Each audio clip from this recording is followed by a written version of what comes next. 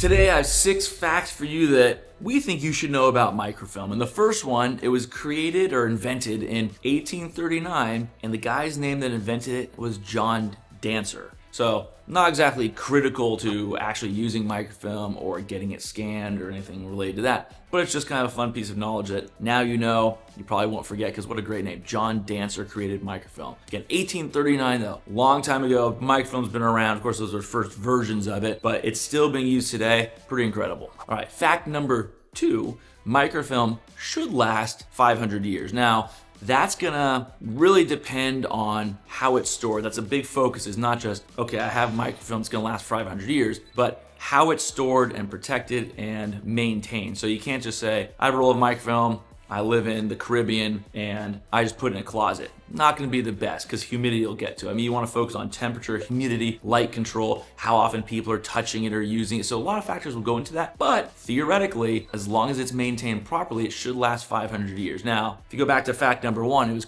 invented in 1839. We don't know if that's really true yet, because it has not been 500 years. But based on the science and all that, it should last as long as it's stored properly. Fact number 3, it's still being created today. You can either photograph, like actually still photograph the images and then create the film, like deep tank processing and whatnot, or you could create archive writer film, which is actually, if you have digital images, you take those digital images, you put it through a process, and there's something called an archive writer. It's a machine that then creates the film from that machine. We still do both. So back in the 70s, 80s, 90s, even early 2000s, there was a lot more microfilm being made, both from the original documents as well as from the digital images and making archive writing film. But we still do it today because some organizations still want it. They like using it or having a backup on hard copy film, an eye-readable version, in case, let's say, the digital formats of the original materials get destroyed. And some folks have statutes, like government or city, county, state statutes, that they need to have a copy on microfilm. So we still do make some, but it's not as much as it used to be, although it is still being created today. Number 4, microfilm is prone to deterioration and decay. So that goes back to that lifespan fact of making sure you're storing it properly. If it's not stored properly, it can start degrading. And the 3 main types of degradation or decay are, you have vinegar syndrome. If you have some film, microfiche, microfilm, and you smell kind of that sour, vinegary smell, hence vinegar syndrome, that's not good. It means the film is affected and it can actually spread. So if you can locate the actual, let's say, roll of film that has vinegar syndrome, you want to kind of quarantine it. Now, well, I'll get into how to take care of that in a second. But the other thing you have is redox. It's basically little orange spots show up on the images. It can just kind of ruin the data on the film, because little orangish, yellowish spots start affecting the images. The data can be lost if it gets too bad. And then you have embrittlement, which is when the film gets really brittle and it can just crack, and you try to roll it out and put it on a reader, or you try to scan it, it can just kind of crumble and crack. So those are the 3 main maladies. And what you want to do is, if you notice any of these, you want to contact a company to see if they can A, maybe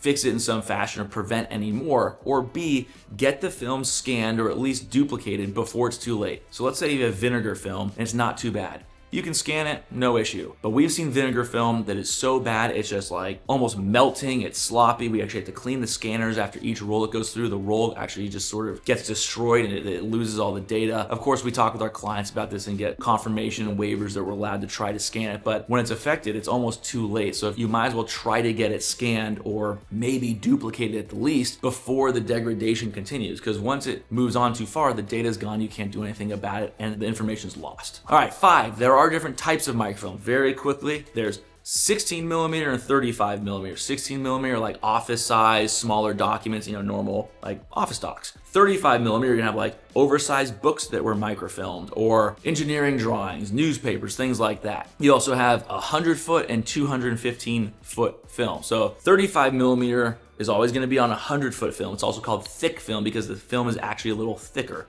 16 millimeter film, you can have 100-foot thick film or 215-foot microfilm, which is called thin film. They actually feel different. If I was holding them both and kind of squeezing them, the thick film is definitely thicker than thin film. It's a lot more, not flimsy, but it's a lot more malleable and easy to kind of scrunch. You have longer film, you could have, of course, there's a lot more images, the length, it takes more to scan it, so on and so forth. Now, you can also have on 16 millimeter film, you could have duplex, which means, so simplex is image, image, image. Duplex is like typically like this: image, image, image, image. So you have 2 rows of it. And then there's a lot of weird nuances of, duo or serpentine film, where actually it's duplex, but it wraps around like this. So the images, instead of image, image, they're in order like this. It's like all the top row is the order, and then kind of wraps around back this way. You have things called blips, which are little actual physical markings underneath the images that help you identify where documents and images are in the film. So there are a lot of different types that does play into getting the film scanned. Of course, using it if you're still using the film, but then actually getting it scanned and the cost and what you can do with it once it is scanned, and how your scanning partner can actually help you identify documents, indexing, so on and so forth. Lastly, digitizing microfilm. So of course you can get it digitized. Now, the different formats is the traditional method, which are like PDFs, TIFFs, and JPEGs. Very straightforward, that's probably what you think. There's also our digital reel hosted system, secure hosted system, where you can we replicate the film in a digital format. So you can see the historical context, you can see what it actually looked like as microfilm, but you have all the benefits of it being a digital file. You can export images, you can do global text search, and there's the ability to enhance the image. So if you have a black and white image, it doesn't look that great, you click the enhance button, now it's a grayscale image, and then you can actually adjust the contrast and brightness based on what you believe is subjective is a good image. And the cost to digitize microfilm, all these factors carry into it, but you're looking at about $20 to $30 a roll. Very ballpark. It's a great place to start. But of course, if you want an exact quote for your project, you can reach out to us. We can go through the different aspects of your microfilm, what you're looking to do, and we can give you a price for your specific project. Now what you can do, let's say you do find some microfilm, you know you have it, you can watch this video here of what do I do when I find a box of microfilm. So of course, maybe you already know you have it, or you literally just said, I did find it, that's why I'm looking at these videos trying to find out what to do. Watch this video, goes through some simple steps to just get started on a microfilm scanning project, and we hope you contact us so we can get your project done for you.